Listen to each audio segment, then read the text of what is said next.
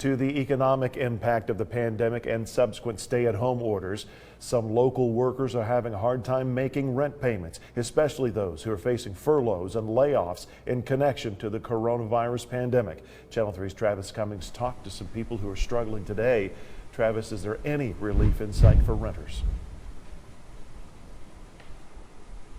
Well, Greg, I talked to a local attorney who says what you owe and when you owe depends on your lease agreement before COVID-19.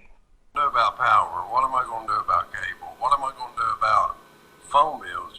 Like many people right now, Jeffrey McGill is worried about his finances. People can't afford it if they're not working, and people on disability really can't afford it, you know? The paraplegic lives at Park Knoll Apartments in Fort Oglethorpe and recently received a letter stating rent would be going up.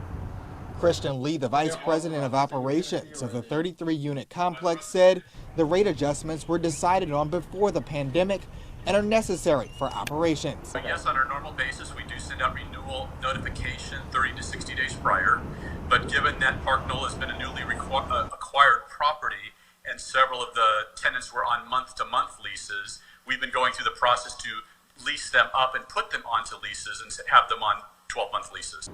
Lee says his properties have been following COVID-19 guidelines and keeping up with the National Apartment Association and its recommended practices. He says they're committed to assisting tenants on a case-by-case basis. To make sure that, number one, we have the communication, we know they're in a situation, and we've been capturing resources as they've been coming on board to give to them. Landlord-tenant attorney Renzo Wiggins says it all comes down to a lease agreement that tenant must follow.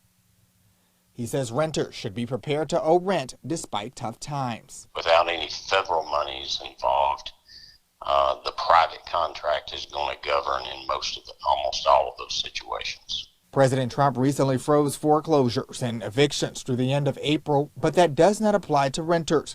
The National Low-Income Housing Coalition is pushing for a national moratorium on all evictions during the crisis and increased federal funding for rent freezes. Until that happens, Wiggins hopes the courts will have compassion toward tenants and toward occupiers and toward contracts. And the state of Georgia does not currently have a statewide eviction moratorium in place. The Tennessee Supreme Court has suspended all in-person court proceeding, and that it does include evictions. For now, reporting in Chattanooga, Travis Cummings, Channel 3 Eyewitness News.